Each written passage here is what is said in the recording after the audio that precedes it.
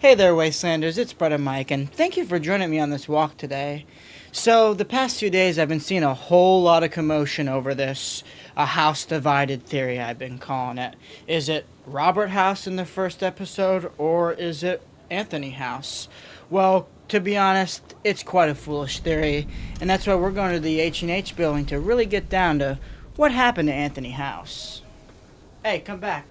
But first, who is Anthony House? Half-brother of Robert House and successor of the H&H Tool Company, well, by force. He stole it out from underneath Robert after their father died, which created a tense relationship between the two, in what some say is the catalyst into what made Robco. Who knows, without Anthony House kicking his brother out of the H&H Tool Company, would he ever really have gotten as far as he did? But enough of that. We're here to prove how much of a whack job that Anthony House really was. So, come with me. As soon as we enter H&H, it becomes clear this isn't just some factory. This place is heavily booby-trapped, armed, and seemingly paranoid. Mines everywhere, security systems online, and straight ahead, the office to the left. After dealing with the security, we finally get access to the terminals, and this is where Anthony's house's true colors start to show. 3 separate HR memos, each one more unhinged than the last. Email sent from Cindy Lou, Human Resources, but also seemed to kind of be Mr. House's secretary. It states that no cameras are allowed in the office areas, no more than 3 people in the break room at once, and you can't use any of the bathrooms because they've all been sealed off and walled over. Is this starting to paint a picture of a man who's stable? Now, the second HR email shows even more absurd rules. The first rule of this new HR email is employees will conduct all business spoken language in English. That includes dealing with international clients. I wonder how well that went over. Rooftop access is strictly prohibited, and all employees must give a sample of their DNA? What the heck? As we look into the last one, it shows that automated turrets have been installed in both cubicle areas. Why would that be necessary? And even more turrets on the central catwalk outside of Mr. H's office, and that you must have your ID on you at all times or these turrets will just open fire on you. You know, that isn't just a lawsuit waiting to happen. Top the first one, employees must submit at least one of each of the following on the first payday of each month. 1 vial of blood, 20 nail clippings, toenail or fingernail is fine, but what?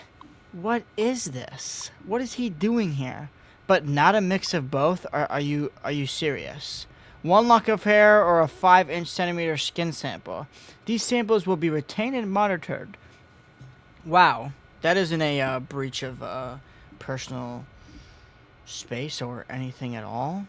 And an employee seen to be cohabiting, colluding, or conjulating with any of the following groups will be terminated immediately. Foreigners, masons, carpenters, tragic players, illegal aliens, and extraterrestrials. Or the Flemish? What's the Flemish?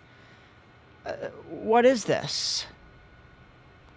And of course, the last one. You can't look him in the eyes because he thinks that you can steal his thought energy and you will be immediately fired. Even if he's wearing his special hat. Now at the end we just see an email. Seems that there's a kind of a love triangle going on at the office having to do with some sort of play. That isn't too necessary. And we can leave this room and make it over by the offices, but for right now the offices aren't too necessary, so we'll just skip those. Plus, I won't have to deal with the turrets.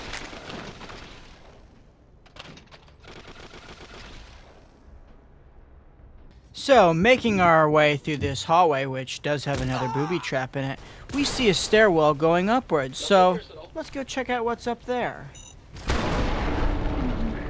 That's right, even more mines. If you are making your way through this building, be careful, they're everywhere. So after finally making it up the stairs, we can go across this walkway and... oh! Hold up, even more mines, so let's take care of these. After dealing with those, we see a receptionist desk right in front of us, to the left an office, and to the right a hallway. Let's go into the office first. After searching around a little bit, it becomes clear that this was Anthony's office, but there's something on the table. A Lucky 38 override key? What could this be doing in here, and what could it be used for? Well, after picking it up, going to some of the previous terminals that I walked past earlier, it unveils secret messages that Anthony House put on each computer. So, a Lucky 38 key able to open up secret messages. I really wonder what this was doing here and what it was being used for. After finding every hidden message, as well as a mix of the emails, a picture is starting to be painted. Not only was something freaky going on between the employees here, but something more was at play. A shell company of sorts was buying up all the stock of H&H. Maybe Anthony wasn't so paranoid after all. Maybe he was just a little schizophrenic.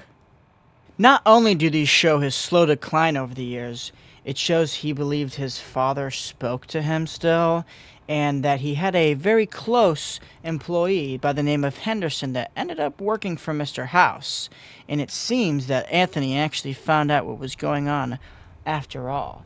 Mr. House, through a shell company, was buying up all the stock of H&H, finally taking over what was rightfully his. And after getting into Anthony's terminal, it shows that he really missed his father, his advice, and just him being there overall. But that wouldn't stop his hate for his brother, Robert. And that his growing suspicion over Henderson may be right.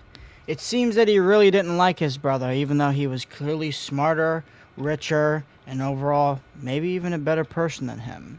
And this last log shows that maybe his paranoia wasn't unjustified. It seems everybody has left him, even his receptionist and HR lady, and it seems that he found out what was really going on. Mr. House was buying up all of his stock, and that's what led him to go a little cuckoo and spread all these messages throughout the building.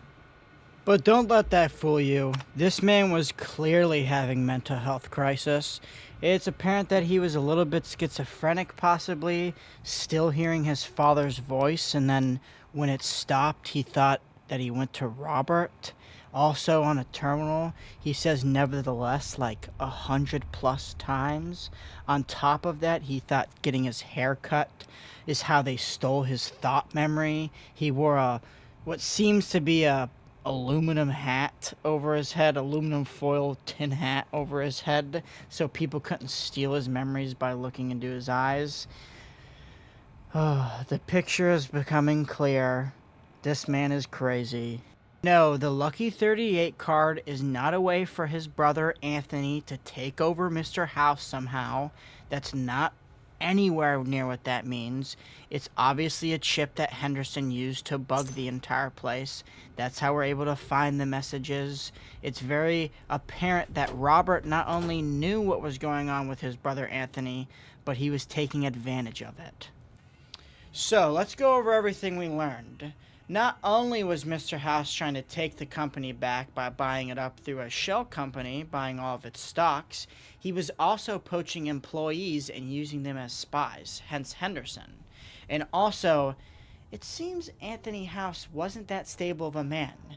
Not only was he showing clear signs of schizophrenia, still hearing his dead father years after, and then when his dead father finally stops talking to him, he thinks it's because he went on to Robert. He was also putting absurd rules in for his employees, like giving up DNA samples, toe clippings, hair, not being able to use the bathroom, and not being able to look into his eyes because he thought that if someone looked him into the eyes, that they could steal his thought energy. And don't forget, he wore his tin hat. So, do you think that this man is the same man shown in the first few minutes of the first episode? No. There's no possible way that it's him. Not only does it give us the biggest hint that it's Robert House, the man who knew, the man who knew because he predicted the end of the world almost to the direct time it happened. He was just a few hours late. But how would that be Anthony? Realistically, tell me how that would be Anthony. One, he doesn't look like Mr. House from what we know. Number two, Mr. House is based off of Howard Hughes, a man famous for using a body double and being literally who Mr. House was, but in the 1950s with airplanes.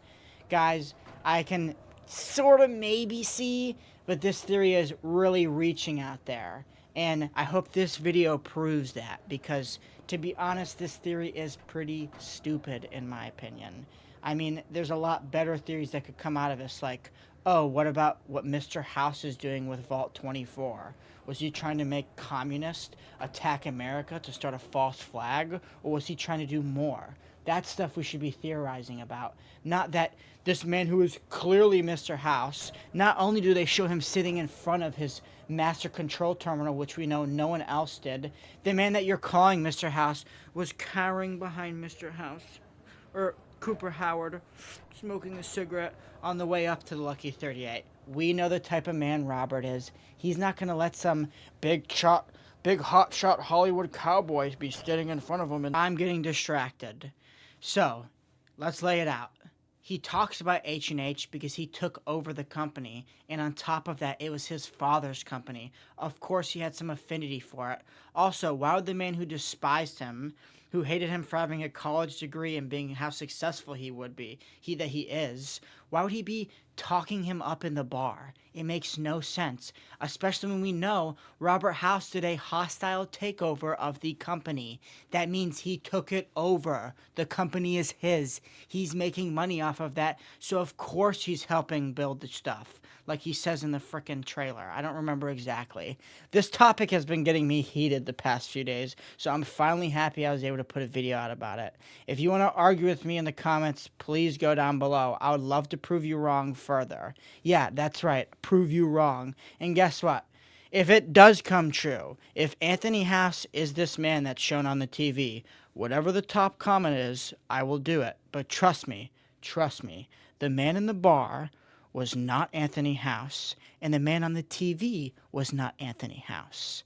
It all is Mr. House. The man on the TV is Mr. House's public business persona, the man who takes care of everything day to day, so that, you know, the man who's predicting the world, getting ready for the end of the world, can actually get ready for it. So, with all that being said, I hope you guys enjoyed the video. I really enjoyed making this one, and if you want to see more videos like it, please let me know. Thank you guys so much. We just hit 48 subscribers. I've been having a blast making these videos. I hope you like today's style video. If you want to see more like it, or you want to see something else I haven't posted, please let me know down below. It's been a pleasure talking with you today, and remember, stay safe out there, Wastelanders.